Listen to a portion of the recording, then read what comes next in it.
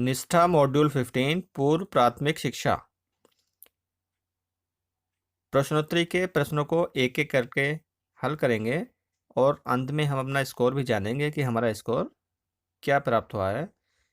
तो वीडियो में आगे बढ़ने से पहले प्लीज़ एक छोटी सी रिक्वेस्ट है कि अगर आपने हमारे चैनल को अभी तक सब्सक्राइब नहीं किया है तो चैनल को सब्सक्राइब कर लीजिए और बेल आइकन को भी प्रेस कर लीजिए, जिससे कि इसी प्रकार की वीडियोस के नोटिफिकेशन आपको मिलते रहें। तो आइए वीडियो को शुरू करते हैं। सबसे पहला हमारा प्रश्न है, हम पूर्व प्राथमिक केंद्र में बच्चों को सीखने के लिए प्रोत्साहित करते हैं।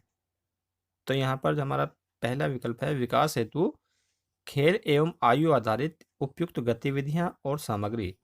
यही हमारा विकल्प सही है। इसी पर हम क्लिक करते हैं और क्लिक करके हम आगे बढ़ जाते हैं। अब हमारा प्रश्न है, पूर्व प्राथमिक शिक्षा कार्यक्रम प्रशिक्षण में शामिल होना चाहिए।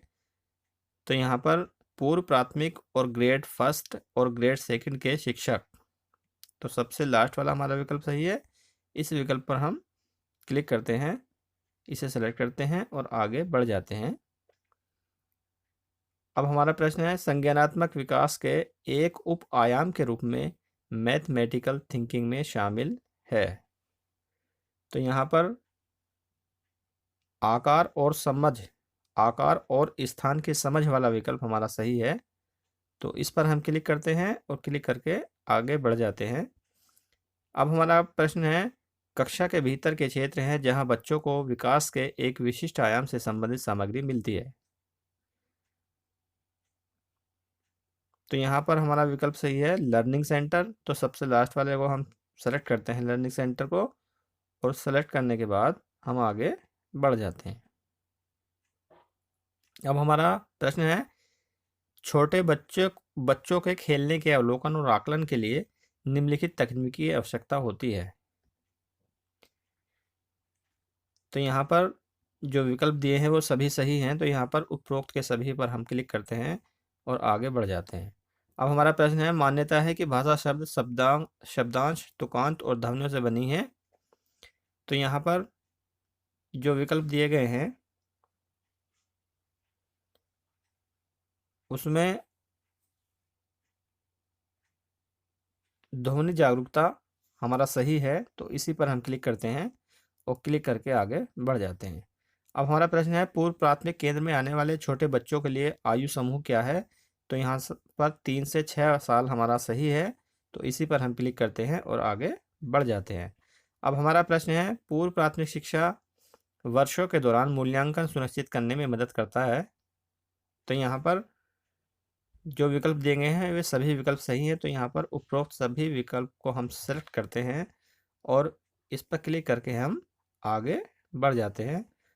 अब हमारा अगला प्रश्न है, पाठ्यचर्या चलाने के दौरान पूर्व प्राथमिक शिक्षा कार्यक्रम में शिक्षण शास्त्र के 3 मुख्य घटक क्या है। तो यहाँ पर जो हमारा सबसे उपयुक्त आंसर है वो है खेल, परस्पर संवाद और परिवेश। तो इसी पर हम क्लिक करते हैं और क्लिक करके आगे बढ़ जाते हैं। अब हमारा अगला प्रश्न है, निम्नलिखित में से कौन सा घटक तत्व संयोजन लिंकेज स्थापित करने के लिए है। तो यहाँ पर जो विकल्प दिए गए हैं वो सभी विकल्प सही है। तो उपरोक्त सभी को हम सेलेक्ट करते हैं, इस पर क्लिक करते हैं और आगे बढ़ जाते हैं।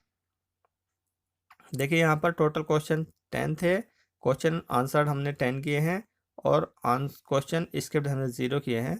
अब हम सबमिट पर क्लिक करते हैं।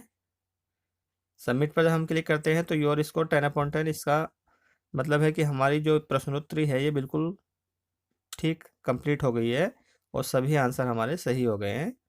इस प्रकार आपने देखा कि हम इस प्रश्नोत्तरी को कैसे सही करते हैं।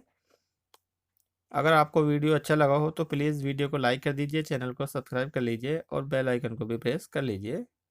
वीडियो देखने के लिए बहुत बहुत धन्यवाद।